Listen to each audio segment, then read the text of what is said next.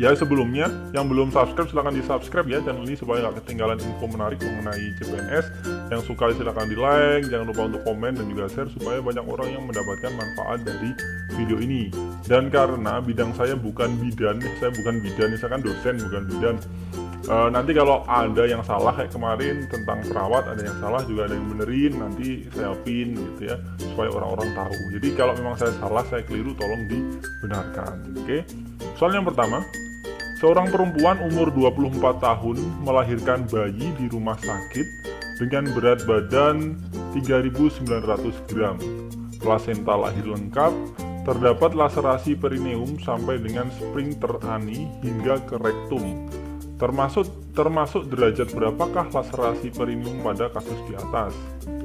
A1, B2, C3, D4, E5. Nah, ini jawabannya adalah D yang 4. Jadi ada 4 derajat ya. Derajat yang pertama itu laserasi mengenai mukosa dan kulit perineum, tidak perlu dijahit. Kalau ada derajat kedua, laserasi mengenai mukosa vagina, kulit dan jaringan perineum, ini perlu dijahit. Lalu derajat ketiga, laserasi mengenai mukosa vagina, kulit, jaringan perineum dan sphincter ani. Lalu derajat keempat, laserasi mengenai mukosa vagina, kulit, jaringan perineum dan sphincter ani yang meluas hingga ke rektum. Gitu ya, kalau meluas hingga ke rektum berarti ini derajat 4, jawabannya adalah D. Lanjut. Seorang perempuan usia 38 tahun melahirkan secara spontan per vaginam di rumah sakit.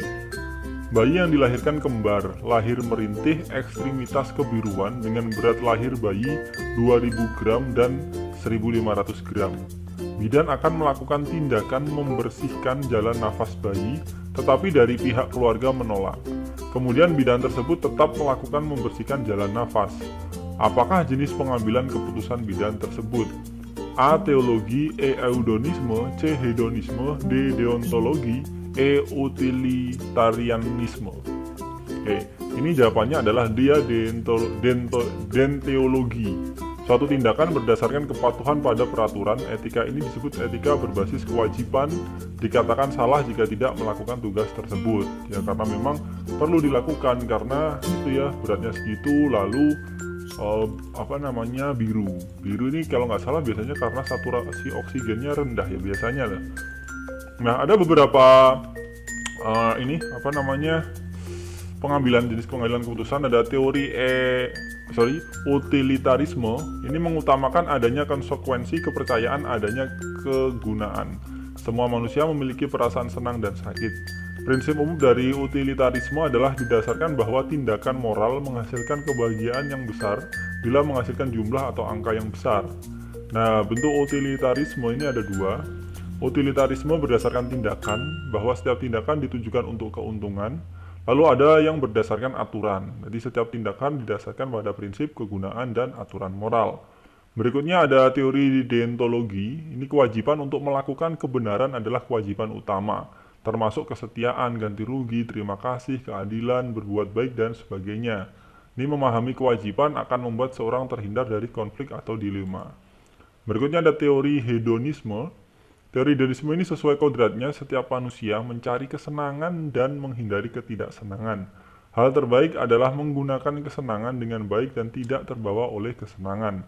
Dalam menilai kesenangan, tidak hanya kesenangan indrawi tetapi juga kebebasan dan rasa nyeri, serta kebebasan dari keresahan jiwa. Kita sebut baik jika meningkatkan kesenangan dan sebaliknya dinamakan jahat jika mengurangi kesenangan atau menimbulkan ketidaksenangan. Lalu yang terakhir ada teori eudemonisme, susah bener ya. Ini menurut Aristoteles, dalam setiap kegiatan manusia mengejar suatu tujuan, ingin mencapai sesuatu yang baik bagi semua orang akan setuju. Ini yang baik ya, semua orang akan setuju bahwa tujuan hidup akhir manusia adalah kebahagiaan atau eudemonia. Keutamaan dalam mencapai kebahagiaan melalui keutamaan intelektual dan moral. Itu ya. Oke, lanjut ke soal yang berikutnya. Seorang bidan baru pertama kali bertugas di desa terpencil. Berdasarkan informasi di desa, kematian bayi dan ibu cukup tinggi karena masih banyak pertolongan persalinan yang ditolong dukun. Bidan bersama pemuka masyarakat mengkaji kebutuhan untuk melaksanakan program yang berhubungan dengan kesehatan ibu dan anak yang ada di desa. Apakah peran bidan dalam melaksanakan tugasnya? Seperti pada cerita di atas ya. A. Peneliti, B. Pendidik, C. Pengelola, D. Pelaksana, E. Investigator. Jawabannya ini adalah pengelola, C ya. Jadi sebagai pengelola ini, bidan itu mengembangkan pelayanan dasar kesehatan, terutama pelayanan kebidanan untuk individu, keluarga, kelompok khusus, dan masyarakat di wilayah kerja dengan melibatkan masyarakat atau pelayan. Lalu ada berpartisipasi dalam tim untuk melaksanakan kesehatan dan sektor lain di wilayah kerja melalui peningkatan kemampuan dukun bayi, kader kesehatan, dan tenaga kesehatan lain yang berada di bawah bimbingan dalam wilayah kerjanya. Ini jadi jawabannya adalah pengelola. Sekali lagi kalau saya salah, ya karena memang bukan di bidang saya, tolong dibenarkan di komentar ya. Lanjut. Seorang perempuan melahirkan 1 hari yang lalu. Datang ke bidan mengatakan bahwa ASI sudah keluar tetapi bayinya tidak mau menetek.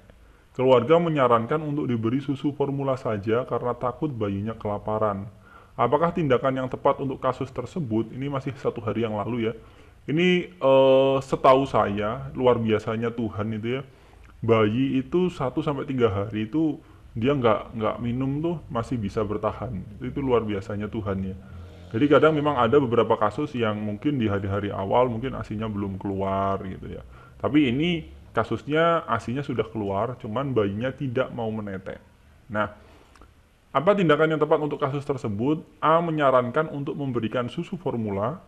B. Menyarankan keluarga memberi ASIP atau ASI perah. C. Menyarankan ibu untuk tetap memberikan ASI. D. Menyarankan ibu untuk memberikan ASI dengan sendok. E. Memberikan konseling pada ibu tentang ASI eksklusif. Ya, ini mungkin semuanya sebenarnya bisa jadi solusi, cuman tindakan yang pertama seharusnya adalah dilakukan evaluasi. Ya, kalau saya pribadi akan memilih E. Memberikan konseling pada ibu tentang ASI eksklusif. Meskipun biasanya itu disarankan ke gerai laktasi, nanti biasanya dikasih edukasinya di gerai laktasi. Ya, tapi setidaknya mungkin di proses konselingnya itu akan dievaluasi karena ada banyak penyebab kenapa bayi itu tidak mau menetek ya. Mungkin karena memang bentuk puting ibunya, mungkin peletakan ya waktu netek itu mungkin kurang tepat, atau mungkin bayinya sariawan, atau mungkin ada kelainan lain. Nah, itu harus dievaluasi gitu ya. Baru kalau ketemu masalahnya, nah mungkin solusinya apa, dikasih ASIP kah ataukah dikasih dengan sendok kah atau apa gitu. Tapi tahap awal adalah dievaluasi dulu apa penyebabnya, kenapa kok bayinya tidak mau menetek gitu. Itu pendapat saya ya. Saya dulu juga gitu. Jadi anak saya yang pertama dulu juga punya sedikit kesusahan dalam menetek di awal-awal. Kami juga datang ke gerai laktasi, di sana dapat edukasi, diajar-ajarin gitu-gitu. Oke, lanjut ya. Seorang perempuan umur 35 tahun melahirkan bayi kelima normal sebulan yang lalu. Ibu sehat namun selalu murung, mudah marah dan tidak mau menyusui bayinya. Apakah diagnosis yang tepat pada kasus di atas? A. Baby blues, B. Postpartum blues, C. Depresi postpartum, D. Psikosa postpartum, E. Skizofrenia postpartum. Nah, sebenarnya banyak orang yang nyebutnya langsung nggak baby blues, padahal ada tahapan gitu ya. Jadi ini depresi postpartum ini masalah kesehatan mental umum yang biasanya itu terjadi pada wanita setelah persalinan. Nah, ada beberapa tahapan ya, atau 3 level ya, levelnya itu ada 3, yaitu postpartum baby blues, depresi postpartum, dan psikosis postpartum. Nah, kalau postpartum baby blues itu biasanya gejalanya paling ringan dan 1-2 minggu setelah bayi lahir. Nah, sedangkan di soal ini ingat ini sebulan yang lalu. Ya, kalau baby blues itu mood swing, gelisah, sedih, mudah marah, merasa kewalahan, nangis, nafsu makan, kesulitan tidur gitu-gitu. Tapi biasanya itu sekitar 1-2 minggu. Kalau berlanjut, ya kalau itu berlanjut sebutannya atau gejalanya adalah depresi postpartum. Jadi kalau baby blues tidak tertangani dengan tepat, ya kan berarti akan naik level menjadi depresi postpartum. Biasanya gejalanya mirip, tapi lebih intens dan berlangsung lebih lama. Tuh, ini biasanya mengganggu dalam merawat bayi. Gejalanya ya pokoknya beberapa minggu setelahnya ya berlangsung hingga 6 bulan. Kalau kalau baby blues itu kalau dari literaturnya itu 1 sampai 2 minggu. Ya, untuk gejalanya macam-macam banyak nih, kadang-kadang depresi, mood swing, kesulitan terhubung dengan bayi, kehilangan nafsu makan, kelainan tidur, menangis berlebihan, berkurangnya kesemangat, ya, mudah marah, terus merasa kalau kita itu bukan ibu yang baik, kehilangan kemampuan berpikir jernih, kadang-kadang sampai mencoba menyakiti diri sendiri atau bayinya, kadang mencoba bunuh diri gitu. Ya. Lalu berikutnya ada level level setelah apa namanya depresi postpartum itu ada psikosis postpartum, yaitu yang gejalanya lebih ramah dan serius. Cuman nih setahu saya itu yang bisa menentukan ini itu psikolog. Saya nggak ngerti apakah bidan bisa. Setahu saya sih psikolog ya. Cuman mungkin teman-teman yang nonton ini yang bidan bisa sharing di komentar ya. Apakah memang bisa kita mungkin mungkin pendapat kita ya diagnosis yang tepat, cuman nggak ngerti apakah bidan juga bisa memberikan diagnosis seperti itu, saya kurang paham ya. Ranahnya sih seharusnya kalau diagnosa kan dokter ya, atau mungkin kalau ini psikolog kan, ini masalah psikologis seseorang. Lanjut ya, mana tadi?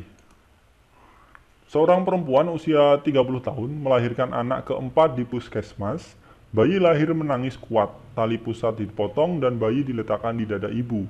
Kepala bayi ditutupi dan diselimuti. Apakah jenis asuhan yang diberikan pada kasus tersebut?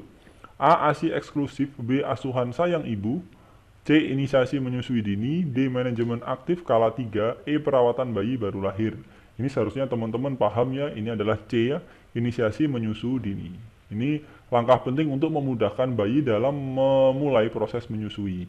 Bayi baru lahir itu diletakkan pada dada atau perut sang ibu, nanti si anak akan nyari ya, dengan instingnya ya, dia akan nyari puting ibunya lalu belajar untuk mimi ya, untuk menyusu ke ibunya gitu ya.